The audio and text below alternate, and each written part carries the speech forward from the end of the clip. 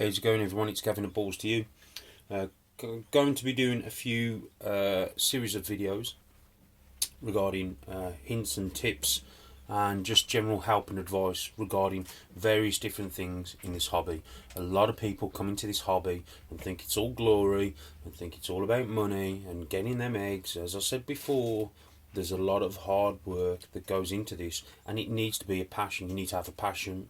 Not many people like that word, but it is true. It says everything about the hobby. You must have a passion for you to succeed.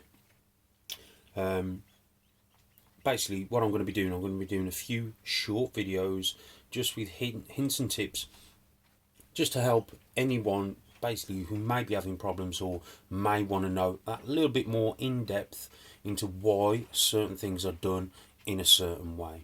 Okay, so the first one's going to be on spot cleaning. I did do a video a couple of weeks back regarding spot cleaning, but I did take it down because I felt there was a few bits of information in there which was quite good, which I wanted to sort of basically make into their own little videos that needed a bit more.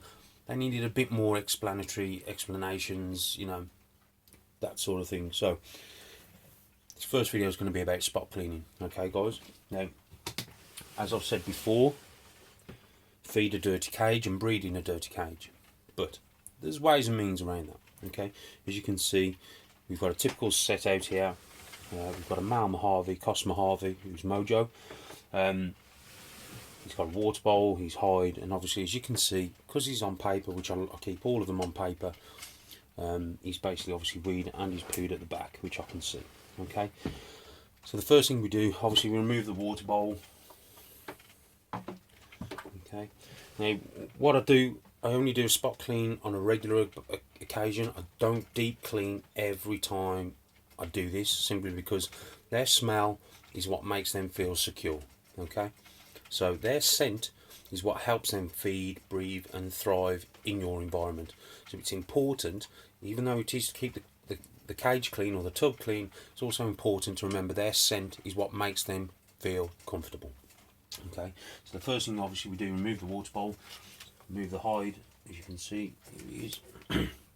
The hide I never normally clean unless it's really bad, simply because again, it's their scent. Okay, so unless it's really bad, I don't really clean that. Okay, put that to one side. So very simple, because it's paper. All we have to do,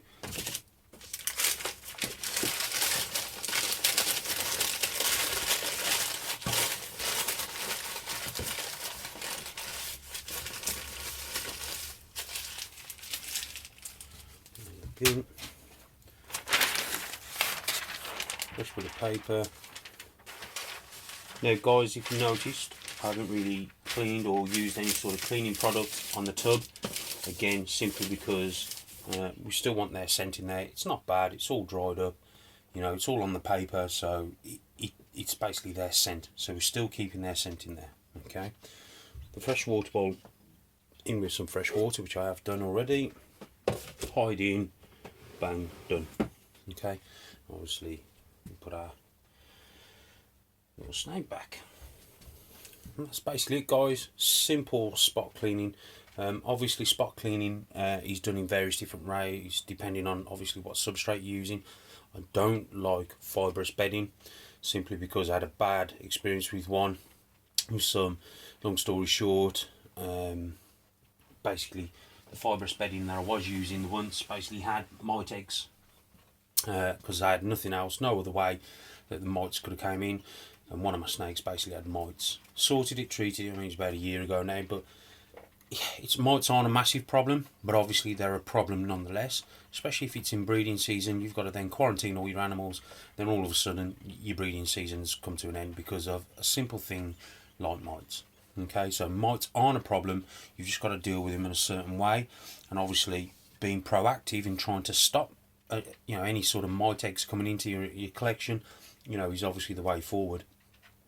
But since then, I don't touch any fibrous bedding. That's just my preference. I like the unprinted paper, which is obviously I get it from the takeaway sources, where it's 100% hygienic, because obviously it's for our use. So obviously they wrap up our takeaway in it and stuff like that. So It's really hygienic and brilliant to use. So that's why I use fibrous bedding, or why I don't use fibrous bedding, why I use basically unprinted paper. Okay guys, now as you can see, that's all in, job done. It didn't take me that long, and I'd prefer to do that than scoop out a clump of poo, wee, whatever in the corner, and then you know, put it all back and then put the snakes back in, that sort of thing. There's nothing wrong with that, guys.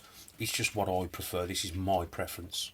Okay, so with that done, hope you enjoyed the video. There will be plenty more coming. Thanks to all my new subscribers, and again, thanks for all your comments, and hope you're all having a great season.